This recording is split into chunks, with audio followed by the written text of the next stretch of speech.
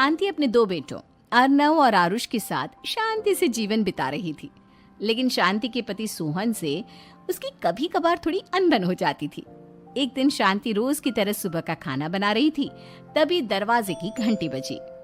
घंटी की आवाज सुनकर वो दरवाजे की ओर जाते हुए कहती है, अरे आती हूँ, कौन है, सब्र करो। शांति दरवाजा खोलती है तो देखती है कि उसके जेठ मोहनदास सामने खड़े होते हैं। वो सक पकाकर अपना घूंघट करती है और पैर छूकर कहती है, आइए आइए जेठ जी। कैसी हो शांति? जी मैं तो बिल्कुल ठीक हूँ, सब आपकी मेहरबानी है भाई साहब। शांति और मोहनदास की बातें सुनकर शांति का पति सोहन और उसके दोनों बेटे बाहर आ जाते हैं। अरे भैया राम राम, कैसे हो आप? राम राम भाई। अरे शांति, ऐसे खड़ी खड़ी क्या देख रही हो? चाय कॉफी कुछ लेकर आओ, भैया आए हैं। शांति तेजी से रसोई की ओर आगे बढ़ती हुए कहती है, अरे मेरी माँ, गेट खोलने के चक्कर में मेरे तो चावल ही जल गए। वो दौड़ी दौड़ी रसोई में जाती है और देखती है कि सारे चावल जल गए हैं। वो दोबारा चावल बनाने में लग जाती है। इतने में सोहन आवाज लगाता है, अरे शांति, तुम्हारे चावल का रोना खत्म हो गया हो तो चाय ले आओ। जी लाती हूँ अभी। शांति जल्दी जल्दी चाय बनाती है और मोहनदास को चाय देती है। सब एक दूसरे की खैर खबर पूछते हुए चाय पीते हैं। चाय खत्म होती ही मोहनदास शांति की ओर देखते हुए मजाक में कहते हैं, शांति, अब तुम्हारी चाय में दम नहीं रहा, अब हमें चाय बनाने वाली बदलनी पड़ेगी। ये कैसे मुमकिन होगा जेठ जी, घर और बाहर का सारा काम मुझे ही करना पड़ता है और कभी कभी जल्दी जल्दी के चक्कर में काम बिगड़ जाते हैं, जैसे आज चावल जल गए। अरे इसी का तो हल लेकर आया हूँ। मैंने रिश्ता देखा है अर्नव और आरुष के लिए। दोनों लड़कियां बहुत सुंदर और सुशील हैं।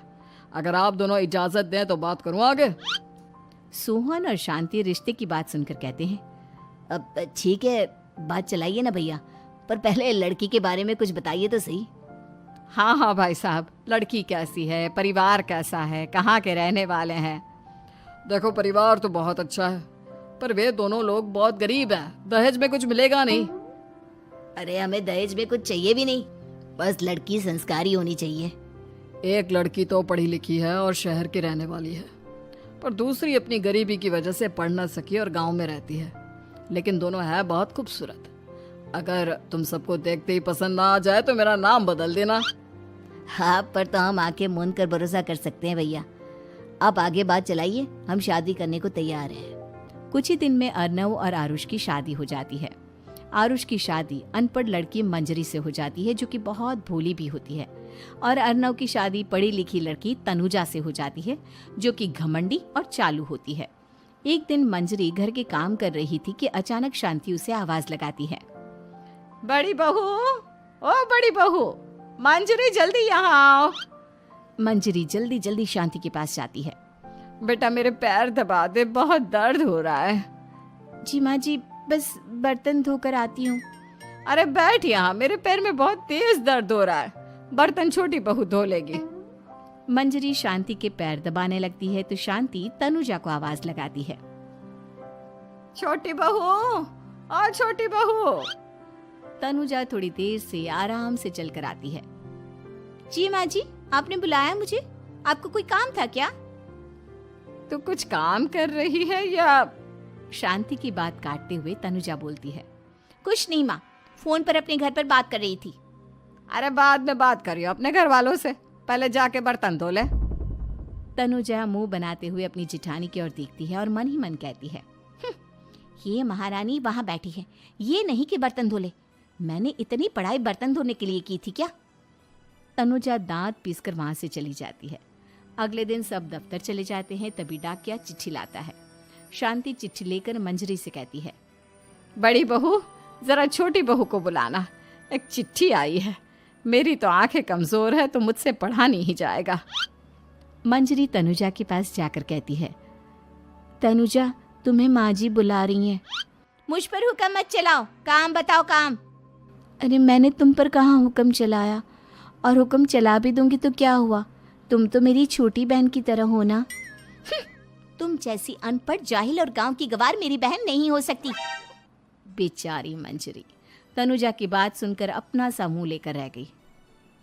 कोई चिट्ठी आई है, माँ जी तुमसे पढ़वाना चाहती है, बस इसलिए बुला रही हैं। मुंह टेढ़ा करके तनुजा मंजरी का मजाक बनाती हुए कहती है, अनपढ़ कहीं की। तनुजा का ऐसा बर्ताव देखकर बड़ी बहू बहुत दुखी होती है। तनुजा को अपनी पढ़ाई का घमंड इतना हो गया कि अब वो घर के कोई काम नहीं करती और अपनी जिठानी का मजाक बनाती रहती। तनुजा का ये बर्ताव अब उसकी सास को भी नजर आने लगा था। एक दिन शांति ने अपनी बड़ी बहू से कहा, मंजरी, तनुजा हर समय तुम्हारा मजाक उड़ाती है, तुम्हें गुस्सा नहीं आता क्या? आता तो है माँ जी, लेकिन मैं क्या करूं? जब भी उसे कुछ बोलती हूँ वो और भी जली कटी बातें मुझे सुनाकर चली जाती है। मैं उसे अपनी छोटी बहन की तरह प्यार करती हूँ, लेकिन उसके दिल में मेरे लिए कोई इज्जत नहीं। बहू, तूने वो कहावत सुनी है, जुल्म करने वाले से ज्यादा जुल्म सहने वाला अपराधी होता है। मंजरी अपनी सास का इशारा समझ जाती है। वो अपनी देवरानी को सबक सिखाने की ठान लेती है और एक दिन शांति अपनी दोनों बहुओं के साथ बैठी थी तो शांति अपनी बड़ी बहू से पूछती है, अरे बहू, शाम होने को है, कुछ सोचा है क्या बनेगा खाने में? माँ जी, मेरे तो सर में बहुत दर्द है आज। मेरी प्यारी देवरानी ही कुछ अंग्रेजी खाना बनाकर खिलाएगी। सुना है पढ़े लिखे लोग अंग्रेजी खाना बहुत अच्छा बनाते हैं, क्यों तनुजा? इतना कहकर मंजरी अपनी सास की ओर देखकर मुस्कुरा दी। तनुजा अपनी तारीफ सुनकर बहुत खुश हो गई। इतने में शांति कहती है, ये तो सच बात है छोटी बहू, ये तो मैंने भी सुना है। हम भी पक गए हैं बड़ी बहू के हाथ का खाना खा खा कर। तनुजा, तुम्हारी माँ भी तो तुम्हारे खाने की बहुत तारीफ करती हैं। आज हमें भी खिला दो कुछ अच्छा सा बनाकर। शांति की बात सुनकर छोटी बहू और आसमान पर चढ़ गई, पर उसे ये कहाँ पता था कि उसकी सास और जेठानी उसे सबक सिखाना चाहती हैं। तनुजा अपनी तारीफ सुनकर खुश तो बहुत होती है, पर सोचने लगती है, मुझे तो कैसा भी खाना बनाना नहीं आता। अब मैं क्या करूंगी? अगर मैंने इनको सच बता दिया तो मेरी सारी इज्जत मिट्टी में मिल जाएगी। अरे छोटी बहू, क्या सोच रही हो? खिलाओगी ना अपने हाथ का अंग्रेजी खाना? छोटी बहू हाँ में सर हिला देती है। अचानक से उसके दिमाग में एक आइडिया आता है। मैं इंटरनेट से देखकर कुछ बना लेती हूँ, मेरी वाहवाही पूरे घर में हो जाएगी। मुझे कौन सा रोज रोज बनाना है। माँ जी, आज आप सबको ऐसा खाना खिलाऊंगी, ऐसा खाना खिलाऊंगी कि। इतने में शांति छोटी बहू की टांग खींचते हुए कहती है कि पता नहीं कैसा खाना खिलाओगी। ए ऊपर वाले, हमारी रक्षा करना। इतना बोलकर शांति और मंजरी दोनों जोर जोर से हंसने लगते हैं। अब तनुजा रसोई घर में चली जाती है और खाने की तैयारी करने लगती है, पर उसे रसोई घर की चीज़ों के बारे में तो कुछ नहीं पता। जैसे तैसे सारी चीज़ें निकालती है और इंटरनेट पर देखकर खाना बनाती है। कुछ ही देर में सब लोग घर आ जाते हैं। अरे सुनते हो, आज का खाना हमारी छोटी बहू बना रही है। अरे वाह, आज तो फिर कुछ अंग्रेजी खाना खाने को मिलेगा। कुछ ही देर में खाना बन जाता है तो छोटी बहू सबका खाना लगा देती है। इतने में बड़ी बहू कहती है, क्या बात है देवरानी जी, आज तो बहुत अच्छी खुशबू आ रही है। ये बात तो सही कही बड़ी बहू तूने, खुशबू तो अच्छी है। ऐसी खुशबू तो मेरे खाने में भी नहीं आती।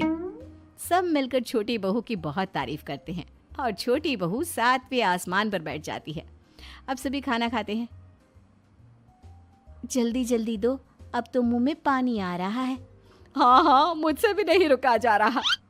जैसे ही सोहन एक निवाला खाता है तो उसकी आंखों से पानी आने लगता है। ये देखकर शांति सोहन से पूछती है, क्या हुआ जी, खाना इतना अच्छा बना है कि आंखों से पानी आ गया? सोहन चुप रहता है और धीरे धीरे से खाना शुरू कर देता है। इतने में सोहन छोटी बहू से कहता है, बेटी तुम भी तो खाओ, तुम क्यों रुकी हो? खाना सच में बहुत अच्छा है। ये कहकर सोहन जोर से हंस देता है। फिर सब खाना खाने लगते हैं, लेकिन खाने में नमक और मिर्च तेज हो गई थी। तनुजा से कोई कुछ नहीं बोलता, बल्कि उसे भी खाने को कहते हैं। जैसे ही छोटी बहू खाना खाती है वो पानी पानी कहकर चिल्लाती है, पानी, इसमें तो पानी। ये खाना तो सच में इतना अच्छा बना है कि हमारे साथ साथ देवरानी जी भी इसके स्वाद को कभी नहीं भूल पाएंगी। सही कहा बहू। तनुजा को अपनी गलती का एहसास हुआ और उसने अपनी सास से कहा, माँ जी ये मेरी गलती नहीं है, इंटरनेट पर दिखाया था कि 4 चम्मच नमक और मिर्च डालने हैं। अब मंजरी को भी मौका मिल गया और उसने तनुजा पर तंज कसा। नाच न जाने आंगन टेढ़ा, हर जगह अपनी पढ़ाई दिखाती हो, दूसरों का मजाक उड़ाती हो। अब पता चला ना, हर चीज़ में पढ़ाई काम नहीं आती। और तुम तो शहर में रही हो, तुम्हें तो मुझसे भी अच्छा खाना बनाना आना चाहिए ना। बेटा, अगर तूने ठीक से सब सीखा होता तो आज तुझे शर्मिंदा नहीं होना पड़ता। बात शहर या गांव की नहीं होती। मंजरी गांव से आई है, लेकिन उसे घर का काम करना और खाना बनाना सब अच्छी तरह से आता है। तुम शहर में रही हो, तुमने ये सब क्यों नहीं सीखा? छोटी बहू सर नीचा कर सबसे माफ़ी मांगती है और बहुत शर्मिंदा होती है।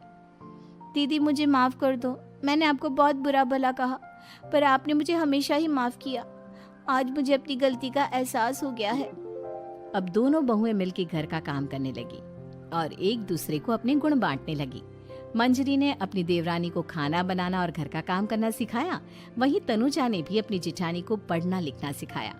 शांति और सोहन ऐसी बहुएं पाकर बहुत खुश थे।